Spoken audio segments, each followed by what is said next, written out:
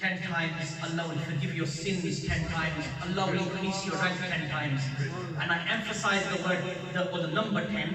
This ain't mine and your 10, this is Allah's 10.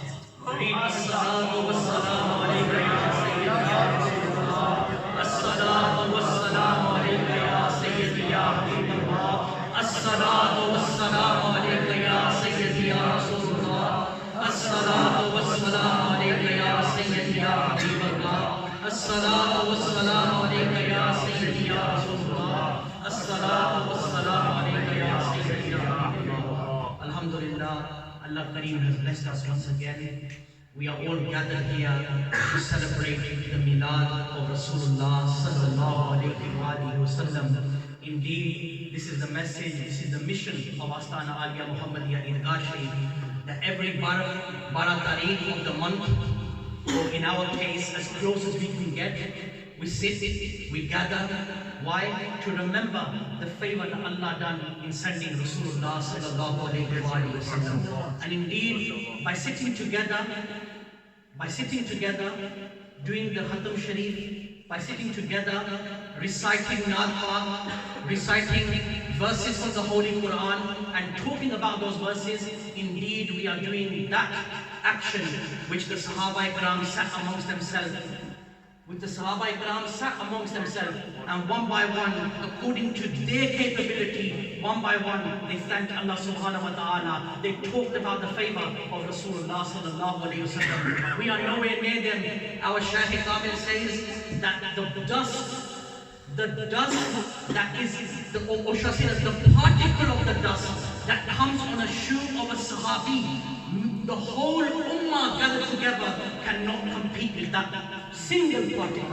And that's one Sahabi. That's one Sahabi. Before me, Brother Khalid was talking about the zikr of Rasulullah sallallahu alayhi wa sallam. And he was saying that it's not his capacity to talk about this zikr.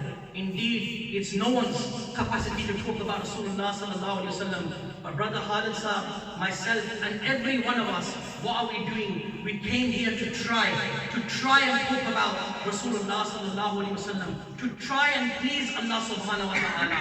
And indeed, it is my Shaykh Kamil who have taught us that if one gets a life from Hazrat Adam alayhi salam, if one gets a life from Hazrat Adam alayhi salam, and he continues that life all the way to the last person before entering the Day of Judgment, the last person, and all that person does is do the zikr of Allah, do the zikr of Rasulullah sallallahu alayhi wa sallam. That person does nothing else. From the life of Hazrat Adam alayhi salam, starting from Adam alayhi salam, his life all the way till the end, the last person before Qiyamah, and all he does is recite the Naat of Rasulullah sallallahu alayhi wa sallam, praise Aka alayhi salatu wasalam. My Shaykh Kamil teach me that he won't be able to start the zikr of Rasulullah sallallahu alayhi wa sallam. Indeed, why? وَرَفَعْنَا لَكَ ذِكْرًا. Allah himself has elevated the zikr. Who are me and you? But then the reality is that if me and you join in this zikr, if me and you do this zikr, if me and you take time out for this zikr, then what's going to happen?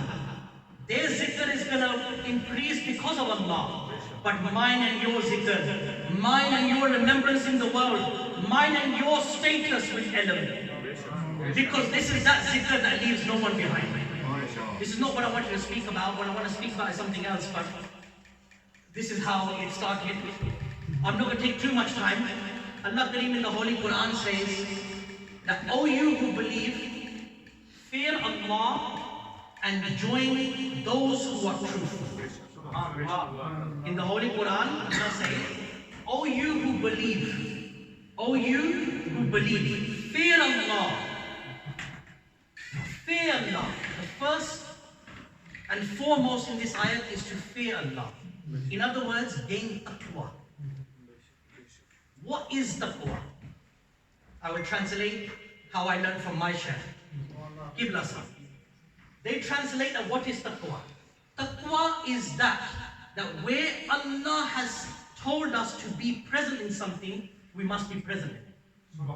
For example, Allah has said that it's obligatory for you to read 5 times daily namaz. Allah has said, and we all know what's good, what's bad. Wherever Allah has said is good, we are present in that. We start doing that. And where Allah has said that this is not good for you, this is bad, where Rasulullah has said that this is not good for you, forbid this, move away from this, we move away from this. This is taqwa. So the first thing Allah says that fear me, gain taqwa, and the second is join those that are pious, join those that are truthful. They both come side by side in the same verse. In the same verse. Why? Because Allah is basically showing us, Allah is telling us in very small and basic, Allah is telling us that if you want to gain taqwa, if you want to fear Allah, if you want to gain the blessings that Allah is sending to me, then what do I have to do? I have to join the ones that are truthful. In other words, I have to join the awliya Allah. I have to follow the awliya Allah. I have to take the bay'ah with awliya Allah in order to fear Allah. This is not something that me and you are going to get by sitting down. It's not something that me and you are going to get by working hard in the office or in any other way. No. How are we going to fear Allah? By joining the pious people. By sitting in the presence of awliya Allah. By looking at the awliya Allah. By learning from the awliya Allah, we're going to fear Allah. And indeed, isn't fearing Allah among the very basic things? Brother Khalid Sahib was talking about Iman. Iman's very far. How are you gonna, or how am I gonna gain Iman if we don't fear Allah? In other words, by joining the Shaykh, by taking bath, by listening to the Shaykh, by sitting in the presence of a Shaykh, one will gain Iman. One will gain the closeness to Rasulullah sallallahu alaihi wasallam. One will find Allah subhanahu wa ta'ala. And then, let's ask, Ya Rasulullah sallallahu alaihi wasallam, who are these pious people? Who are these people that Allah is referring to? Who are these people that we should follow? Who are these people? Then Rasulullah sallallahu alaihi wasallam educate us and give us 3 points. Number 1, pious person is he who when you look at him, you remember Allah. Rasulullah sallallahu alaihi wasallam educate us that the first is that when you see that person, you will remember Allah. And if I translate this on the path of Astana Al-Iddah Sharif, then the pious person is he who when you look at that person, you will remember Madinatul Munawwara. You will be attracted to Madinah Munawwara. Madinah Munawwara will call for you when you join the Shaykh, when you look at the Shaykh. That's point number 1.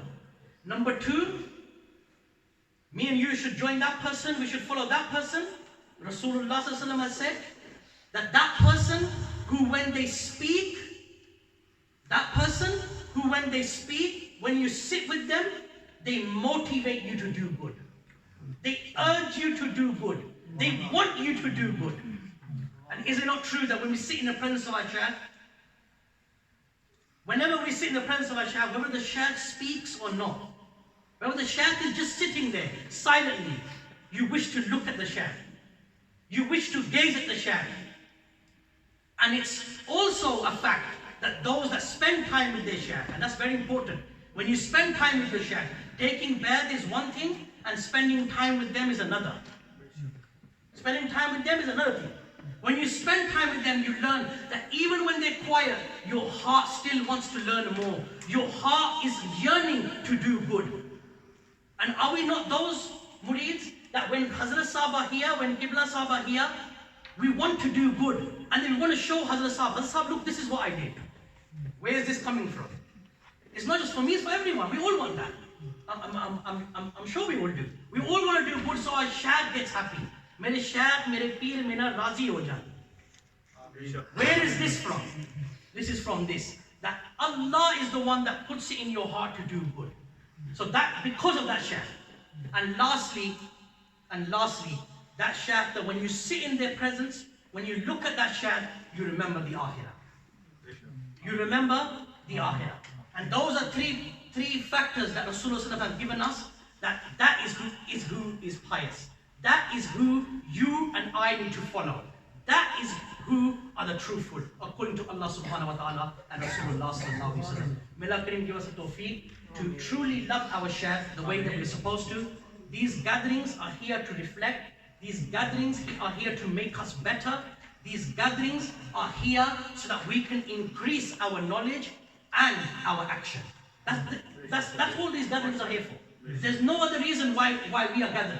Not for Eidgah Sharif. Not for Eidgah Sharif. Maybe someone else may have another agenda, but Alhamdulillah, Astana Aliyah Muhammad Eidgah Sharif has one agenda, and that is Labbaik Ya Rasulullah sallallahu alayhi wa sallam. No matter where we are, no matter who we are, no matter what's in front of us, we have one nara, and that's Labbaik Ya Rasulullah. Ya Rasulullah sallallahu alayhi wa sallam, I am present. Labbaik Ya Rasulullah means Ya Rasulullah sallallahu alayhi wa sallam, I am present. I am present, Ya Rasulullah sallallahu alayhi wa sallam. Why am I present? Because you, Ya Rasulullah sallallahu alayhi wa sallam, are present. I am present because you are present. And this nara isn't just a nara, isn't just that message, Labbaik Ya Rasulullah, nara laake, kar jao, go to your bed, go to your office, go to your workplace and forget it. No, Labbaik Ya Rasulullah is that nara. Alhamdulillah, our Shaykh has taught us that when it's the time for Zuhr Azan, you hear the Azan say Labbaik Ya Rasulullah sallallahu alayhi wa sallam, and go and read your namaz. When you hear that there's a gathering of Rasulullah sallallahu alaihi wasallam, regardless of who's hosting it, regardless of which person is hosting it, regardless which form, which Chaudhry, which Raja, whoever is holding it, when you hear that someone's doing a mehfil in Milad of Rasulullah sallallahu alaihi wasallam, Labbaik Ya Rasulullah, I'm going to go to that mehfil. When you hear that someone is in need, regardless he's a Muslim, a non-Muslim, regardless he's a he or a she, regardless of how good they've been to you, you're going to say Labbaik Ya Rasulullah. When you are in need, you're going to say Labbaik Ya Rasulullah. When you are happy, you say Labbaik Ya Rasulullah. When you're with your Shaykh, physically say Labbaik Ya Rasulullah. When you're not in their presence physically, then say Labbaik Ya Rasulullah. That's the mission of Astana Aliyah in Sharif. That's the reason what Hazrat wants me and you to be. This is what they want us to be. That nara isn't just a nara. That nara is, and that call isn't just for the tongue. It's for the heart. It's for the mind. It's for the soul. Amen.